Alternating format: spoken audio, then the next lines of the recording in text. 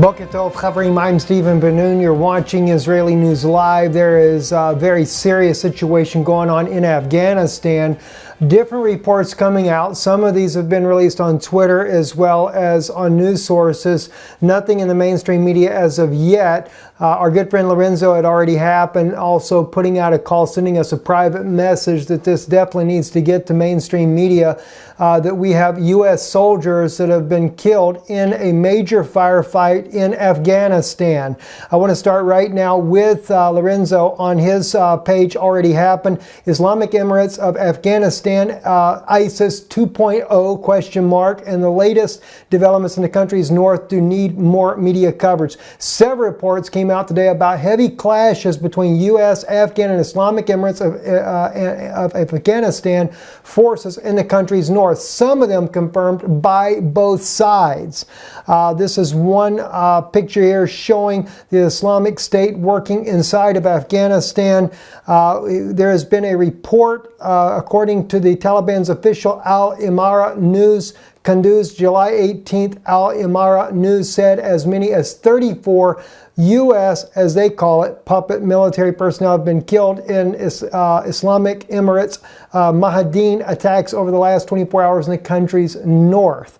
Now, also, I have found on Twitter, under a man named Easy Mind, Afghanistan Taliban Kunduz killed 1 general, 4 U.S. soldiers, 14 more Afghan murtadeen, and destroyed 2 vehicles. Can't quite tell what type of vehicle is there in the photograph that he is showing there, but definitely there is something going on in North Afghanistan.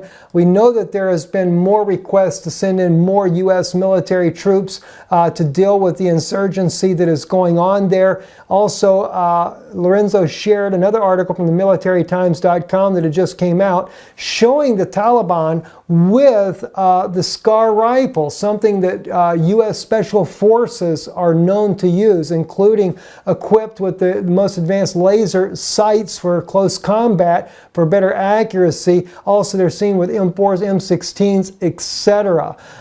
So very concerning that all this U.S. military equipment that is in the hand of the Taliban, that in the hand of ISIS as well, and you cannot help but wonder, how did they get there in the first place? And now they're being used on U.S. soldiers. Kind of have to rethink some of the thinking under the Obama administration when they were arming all these terrorists. And it doesn't end there either. I've seen this article here posted today on Twitter by Vanessa Beeley. I don't think she wrote the article, but it's clarityofsignal.com, name of the website. Numerous U.S. government officials caught on camera meeting with white helmets and FSA terrorist. Now, of course, White Helmets is considered to be a terrorist organization by the Syrian government, and there has been numerous videos that have appeared showing them staging acts, falsifying information, including the little boy that was seen in the ambulance that the parents later said was used as a propaganda video by the White Helmets, and that there was no aerial bombardment by Russian or Syrian forces. It was actually a mortar shell of some sort that came in that caused the damage to the building, which injured this child. And RT and the Russian government, Maria Zakharova, has been trying to get CNN to recant their story because the parents said that it was a fabrication. That's not yet coming. We see John McCain, though, pictured with the FSA terrorist group in Syria. We also see Miss Haley, the spokesman for the United Nations, ambassador of the United Nations for the United States, meeting with the the White Helmets. Very troubling indeed, knowing the evidence that's out there about this group here, but yet they're funded by them. We see Hillary Clinton also meeting with the White Helmets and hosting them at Georgetown University. Well, kind of goes hand in hand, doesn't it? Jesuit University in the first place. Moving right along as well, we also want to report the Turkish military has moved in. The 6th batch of Turkish forces has arrived at Qatar with first and second 2 times artillery pieces of the T-155. Total number of soldiers deployed is 171.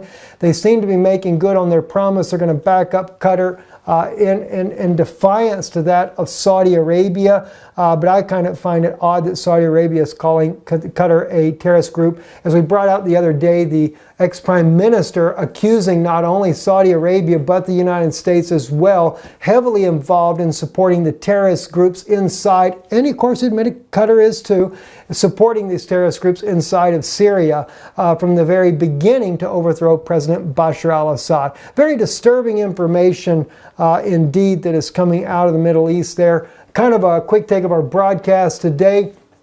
Again, don't forget, we are headed to the U.S. here very soon. We'll be there for a couple of months there visiting and making our rounds, our first little conference there in Duluth, Georgia. We will be hosting other conferences, and maybe if we're up in your area, we might get to see you as well. We will be going across the United States, something we had not planned at this first start, but we are planning to go across the United States and trying to host little meetings there at hotels that we might be staying at there just to try to be a blessing to all of you that support this work, and we just want to have a chance to meet you as we travel across the United States there. So anyway, we love you. God bless you. Thank you for watching. I'm Stephen Ben-Nun with Israeli News Live. Shalom. Don't forget to visit our website, israelinewslive.org.